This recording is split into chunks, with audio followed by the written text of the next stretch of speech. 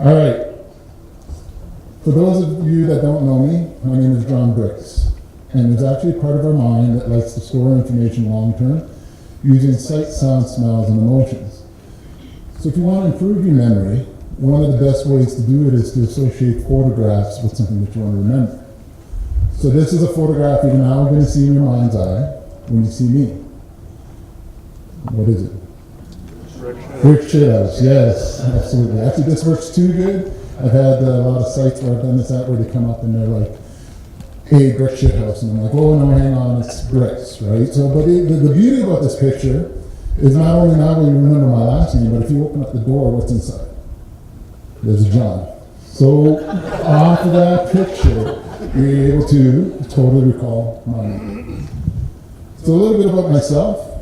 Right now, for about 18 months ago, I was headhunted by Google to be their EHS coordinator for all the South American construction projects.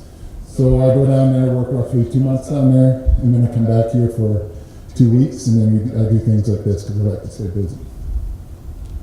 Before that, I was in the oil and gas industry and worked with teams ranging from 400 to over 3,000 people, and a really good group of highly skilled professionals. And even before that, I was a police officer. I policed Calgary for almost 15 years, and then I decided to retire because I had achieved all the milestones that I had set out for myself. So I needed to make a decision whether I was just going to push another 10 years or stop and move forward and get into another industry. During my duration, the milestones that I reached is, besides being a street cop, is I got into the gang unit as well as a serious habitual offender program. So it was a program designed just strictly to go after the really bad guys. Also, I also got accepted into the riot squad. It's actually called the public order unit because riot squad is not the right way to say it anymore. And I was one of the youngest members to become an SMT operator to use the gas, and then also one of the youngest members on the team to become a sergeant in that team. I was really lucky. I never worked for this unit because I just couldn't see myself doing that job. My last 5 years with the service, I was in what we call the hard skills unit, and I taught the driving, fighting, and shooting aspect to recruits and in-service members. And I actually learned a lot of valuable things during my duration with this unit. And some of the amazing skills that I learned was the power of proper training. When you train somebody properly, it is an amazing thing to see the level of competency somebody can function at. You can also change normal human responses through proper training. And this is a classic example. Over here, there's actually a mall, and there's an active shooter. So there's a guy going, this is the United States, there's a guy going through a mall with an assault rifle actively shooting people. This is a normal human response. Get low, get out. This is a trained response. You can actually take natural human behavior and change it through proper training that you have people running towards a threat. So when I went through recruit class, it was very paramilitary style training. And their actual motto over the bullpen where the instructors taught was a sign that said punishment and pain. Because that's how they believed the best way to train was. If you made a mistake, you stood in the trash can because you were trash. It was that type of training. If you made enough mistakes, then your whole unit does PT while you sit down and do nothing.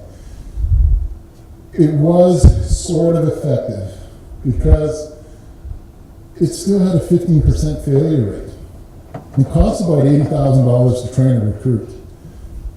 It would be hard for me to convince you to invest in my company if I said, hey, invest $80,000, but I will guarantee you after 10 months, you're going to lose 15% of your value.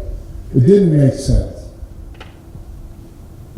So I got trained the old way, and then when I got into the unit, they were going through some dramatic changes.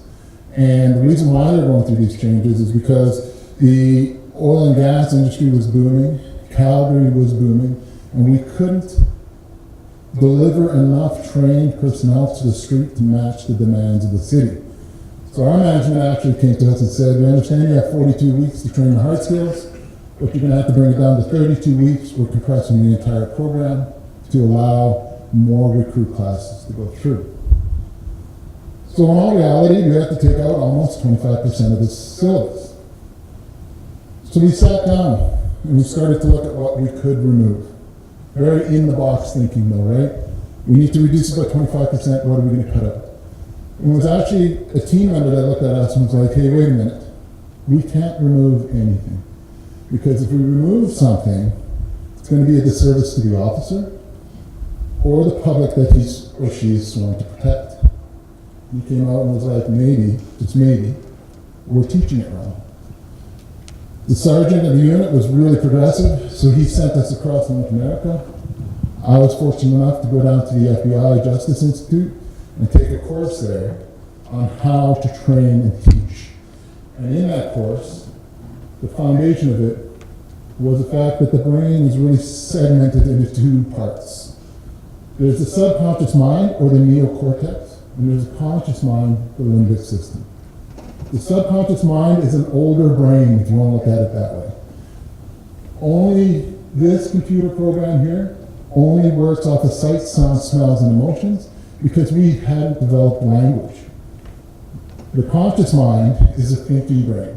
So it deals with language, art, creativity. The downside to this new program is that it only holds about 7 minutes of storage. So like I was saying, the conscious is a thinker. It's really active. It's easy to map under even our old MRI scans. We always saw that 10% were really busy. We kind of were on the philosophy of, well, there's 80% of our brain we don't use. But now that they've learned how to map the mind, they're seeing that it's just subconscious thought. So language, art, anything to do with creativity is your conscious mind. With the caveat, it will only want to remember something for about 7 minutes before it wants to deliver the information over to the subconscious mind. The subconscious mind is the best viewed as this. It is a recorder. From birth to death, absolutely everything that you experience will be stored. That is why we have the ability to smell baking bread and be brought back to our childhood. And looking around the audience, some childhood memories was a long time ago. So it shows you the power of that subconscious mind. We actually do record everything we experience, sight, sound, smells, and emotion for the duration of our lifespan. And what's interesting, it's always working. That is why we can be in deep sleep and wake up when we hear a noise. Your conscious mind is shut down. Your subconscious mind is still processing its environment to wake us up in case there's a danger. Even to the point now, when you go to get a surgery, there's a lot of clinics in states that will ask you if you want to wear headphones and listen to music while your surgery is happening. We would do it because we think, well, that'd be more pleasant, even though I'm technically unconscious. But sure, they actually do it to remove liability because they've had some people go under hypnosis and be able to recall the conversation medical staff has had, and it wasn't appropriate. And some lawsuits came out of it because that subconscious mind was still recording the audio. The beautiful part about the subconscious mind, it's the trained brain. What you train it to do, it will do perfectly. And this is the best example. Who here has ever pulled into their driveway, and when they finally get into their driveway home, they don't remember driving home? It's called automatism. And really what happens is when you get out of the office and you walk up to your vehicle, that's all conscious thought. You're happy the day's done, you're thinking about what you want to do when you get home, you get in the car, put the keys in the ignition, you start to drive. But now the conscious mind doesn't like to be overwhelmed. It's driving and thinking, and it doesn't like it. So it'll go to the subconscious mind and say, hey, you've done this before, let us know when you get in the driveway. And then away you go, the subconscious mind takes care of driving. When you think about it, that's road conditions, that's speed, that's traffic, that is pedestrians, other vehicles. really complex to do, but really easy for the subconscious mind to do because you're trained to do it. Now, if you pull in your driveway and you ask yourself, man, did I stop at that stop sign? Depends. It's trained. If you normally don't stop at that stop sign, you're not going to do it when you're in subconscious thought.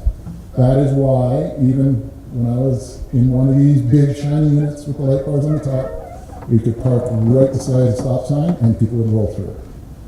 Because the subconscious mind is not programmed or trained with the fact that there may be a cop there. So the key is if we want to store information subconsciously, we have to figure out how to convert it into a sight, sound, smell, or emotion. So not only information with us, but information when we deliver to the people. And if you think about it, that's a huge untapped potential. We're really good at this. We're really good at our conscious thought. Roughly 10% of your brain mass. The subconscious mind is at other 90%.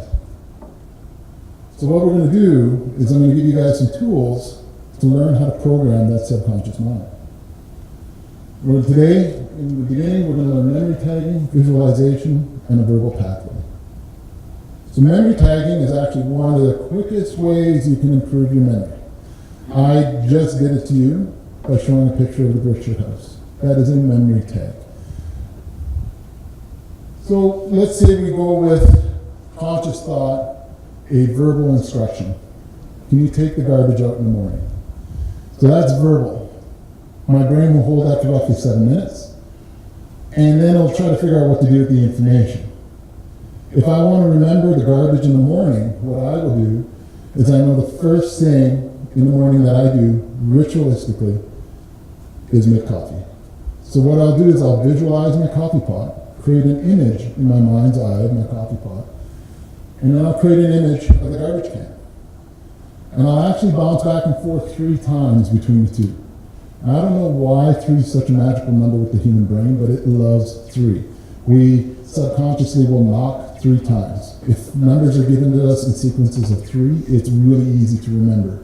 So the moment that you run through this repetition 3 times, for whatever reason, the subconscious mind likes that. So when I come down in the morning and I see my coffee pot, what do you think is going to happen? I will get a picture in my mind's eye of my garbage can. Oh yeah, I have to take the garbage out. The trick is, you have to do it right away. It's like getting a notification on your phone. The computer program, the subconscious mind, just notified you, you have to remember to take the garbage out. If I stop and be like, yeah, I'm going to make my cup of coffee first, I will forget the garbage. My chance of success is dramatically reduced. So when you have a memory tag associated with something, ensure that right away you do the action that you need to do with it. When I was working up in northern Alberta, my cross shift was horrible for not remembering my lottery tickets. And I was horrible because I knew these skills and I wasn't sharing it with him. So as we were cross shifting, I was like, just did my normal, hey, remember, don't forget my lottery tickets. Yeah, no problem. But this time I changed it to be delivered properly. I held up the old lottery tickets, and I'm like, hey, his name's Malcolm. Malcolm, these are the tickets I need. Can you remember to get them? And then he was like, yeah. So I know he saw it, so there's a mental picture. But I needed to associate something to him, so I said, well, you know the Esso just outside of Lac-La-Biche? Yeah. When you see the Esso sign, you know what that looks like? And he's like, yeah. So I know he's creating a picture in his eye. And yeah. And so then I was like, as soon as you see that sign, you're going to see my 3 lottery tickets. He's like, oh, okay. I waited 10 minutes, past that magical 7-minute mark. I held up the lottery tickets and I came out, and what are you going to see when you see these? And he looked at me kind of frustrated, and he's like, I get it. I'm going to get your lottery tickets. Roughly an hour later, cell phone rings, it's Malcolm. I'm like, hey, how's it going? And he's like, you're an asshole. I'm like, why? And he's like, the moment I saw the Esso sign, all I could think about was your lottery tickets. I'm like, great, did you get them? And he did. But it was so well ingrained because finally the subconscious mind was delivered information the way it likes. The mistake of remembering lottery tickets never happened after that because it was a perfectly installed program into that subconscious mind. Now, it's easy to memory tag at work. Let's see, you need a special wrench for torque tightenings and bolts on a valve. If you just go to somebody and be like, hey, just remember that wrench you need to torque this valve, chances of success is really low. But if you say, hey, you know that blue valve that you're going to work on? Yeah, that bright blue one? Yeah. Well, when you see that blue valve, you just hold up the wrench or show them a picture of the wrench. When you see that valve, you're going to see the wrench, which will remind you to use a special torque wrench on that valve. Wait a few minutes and deliver it again. I know in the beginning it may seem like a lengthy process, but what do you want to do? You want to be successful. Do you want to deliver information where the odds are it's not going to work? Or do you want to actually take an extra 6 to 9 seconds, deliver the information properly, and have your success go through the roof? At work, I have a salt lamp on my desk. And even in Google and the construction industry, a salt lamp is pretty hippie-ish, right? I don't have it there for my personal comfort. It's my memory tag. So if I'm out in the field and we see something that needs to get done and I don't have the opportunity to write it down, I will register the item, let's say it's a server, and then I will create this picture of this salt lamp that I have on my desk in my eye. And I will bounce back and forth between those 3 times. When you get good at it, it takes you roughly 3 to 4 seconds to do. When I go back into the office and I see the salt lamp, I'm guaranteed the fact that that server will flash up. If I don't have the ability to deal with it right away, I will put it on a post-it note and stick it on my computer, so then it's a hard reference for me later. Because the last thing I want is 2 days to go by and you see my salt lamp and be like, oh yeah, that server. So I did a presentation and I had one of the people in the audience come up after the presentation and was like, hey, kind of realizing maybe I haven't been delivering information properly, but can you help me out with something? I'm like, sure. He's like, I have a teenage daughter. And immediately in the background, it was like, dun, dun, dun. I'm like, okay. He's like, she never remembers to call. She'll go out with her friends, and she's always forgetting to call. And he goes, I'm delivering it verbally to her, and even the language was wrong, which you'll learn more in verbal pathways. So we sat down and devised a plan. The smell of popcorn is an olfactory trigger. Sense of smell is really powerful for the subconscious mind. So what we did was design a set of lines for him to use where he would simply look at his daughter and say, hey, when the movie is done and you smell the popcorn, and he would actually hold up his cell phone, remember to call me. Is that clear? Yeah. So we rehearsed it, off he went. Came back 2 weeks later. As soon as I saw him, I was excited. I'm like, hey, how did that work, right? Because I want to see if the teenage subconscious mind is maybe different than an adult subconscious mind. Because I've heard that teenagers get possessed by the devil, right? It worked really well, to the point that this father looked at me and was like, it's the first time she actually called me. She walked out, she had no factory trigger, she had the flash of the phone, her subconscious mind knew exactly what it wanted. And this is one of the oldest memory tags we've ever had. Way back when, tie a piece of string around your finger to remember when you're coming home to grab eggs and milk. String has nothing to do with eggs and milk. It is just a memory tag. We get visual marketing memory tags all the time. In the construction industry, Stop the Drop is a memory tag to remind people to secure their tools with lanyards. Are there any questions on memory tag? No. What are we at the time? Sorry? 25 minutes. Okay. So I'm really back to going over the 25-minute mark, so Mel's here to remind me this time, so that's perfect. Well, what I'll do is I'll give everybody that five minutes free time, and then just slowly make your way back, and 10 minutes from now I will start the next phase of the presentation. Please do me the favor, though, avoid staying seated. There's a reason why you need to be moving. Okay, thank you.